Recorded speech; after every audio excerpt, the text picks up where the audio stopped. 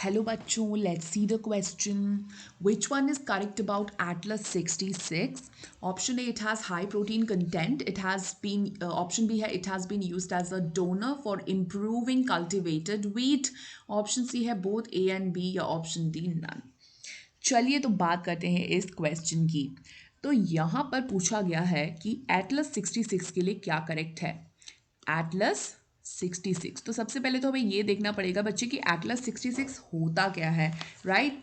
तो एटलस 66 जो है ना वो एक वेराइटी है वीट की. So it is a wheat variety, गेहूं की वेराइटी है ये. और इसकी खास बात क्या है. इसकी खास बात ये है कि it has a high protein content. इसकी खास बात क्या है that it has a high protein content. इसका प्रोटीन कंटेंट काफ़ी हाई है. ठीक है. अब आप सोच रहे होगे कि गेहूं में प्रोटीन कंटेंट हाई ऐसा कैसे हो सकता है. तो देखो बच्चे, गेहूं जो होता है वैसे तो उसमें कार्बोहाइड्रेट्स हाई होते हैं, लेकिन हमने यहाँ पर एक टेक्निक करी है जिसका नाम है बायोफोर्टिफिकेशन.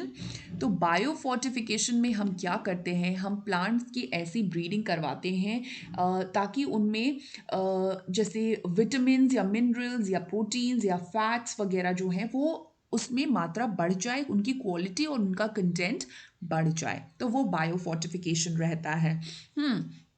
तो वो हमने किया. और ऐसा इसलिए करते हैं जैसे मान लो जी कोई बहुत गरीब देश है, वहाँ पर वो वीट ही अफोर्ड कर पा रहे हैं क्योंकि वो थोड़ा सस्ता रहेगा, और बाकी ये सब फ्रूट्स फिश ये सब नहीं अफोर्ड कर पा रहे, तो वीट खा के ही फिर उनका प्रोटीन कंटेंट आ जाएगा ना. तो ये इस चक्कर में हमने ये किया है, तो हिडन हंगर को हटाने के लिए.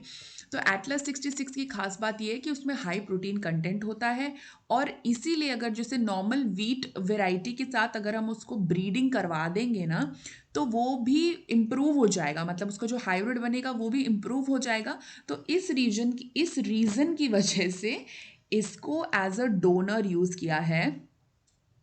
It has been used as a donor for improving cultivated wheat.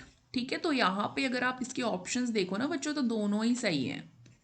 दोनों ही ऑप्शन सही बैठ रहे हैं ना. हाई प्रोटीन कंटेंट भी है और used as a donor for improving cultivated wheat भी है. So both A and B option C will be the right answer. Best of luck.